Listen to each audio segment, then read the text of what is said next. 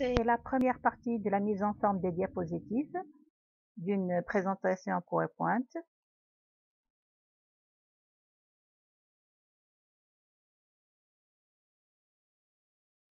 Bonjour, donc pour le PowerPoint, vous lancez le PowerPoint.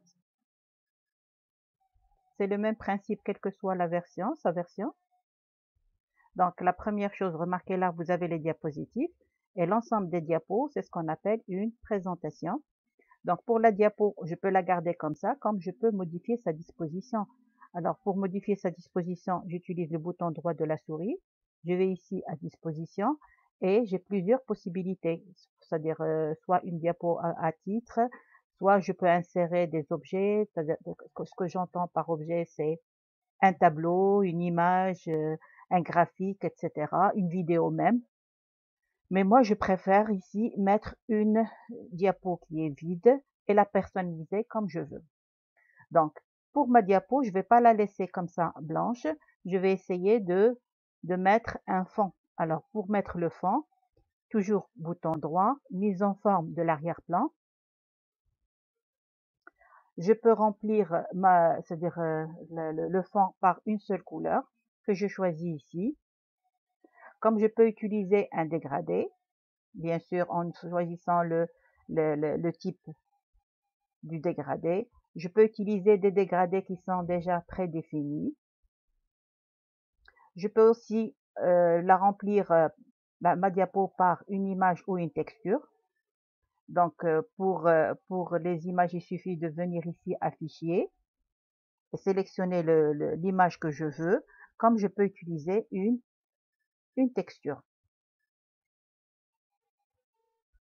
Donc là, c'est la mettre pour une seule diapo. Si je veux utiliser, par exemple, cette texture pour l'ensemble, je mets appliquer partout. Donc là, c'est la première possibilité. Une fois j'ai choisi mon arrière-plan, comment je vais remplir ma diapositive? Donc, je ne peux pas écrire directement. Donc, pour insérer un texte, il suffit d'aller à Insertion.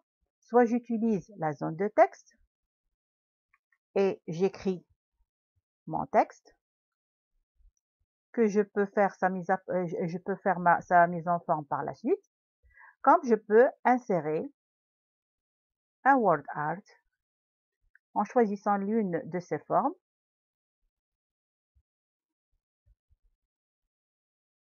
Donc, il y a ici deux possibilités. Je répète, soit je peux insérer une zone de texte, soit word art. Pour avoir une deuxième diapo, je reviens à Accueil, je mets Nouvelle diapo et automatiquement, j'ai une diapo qui est vide. Si je clique sur la petite flèche ici, je peux choisir l'une des formes que m'offre le PowerPoint. Donc, c'est le même principe. Je mets bouton droit, mise en forme de l'arrière-plan. Je mets ici remplissage. Je peux utiliser ici une autre texture. Et au lieu d'insérer un texte comme pour la première, je vais insérer une image.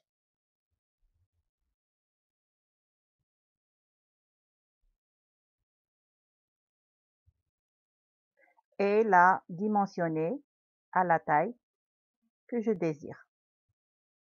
Donc ça, c'est pour la première leçon, c'est vous montrer comment utiliser un arrière-plan, soit avec une texture, soit avec une couleur différente. Par la suite, je vais vous montrer dans une deuxième leçon comment utiliser un arrière-plan d'une façon professionnelle, surtout pour les cours et des exposés. Merci.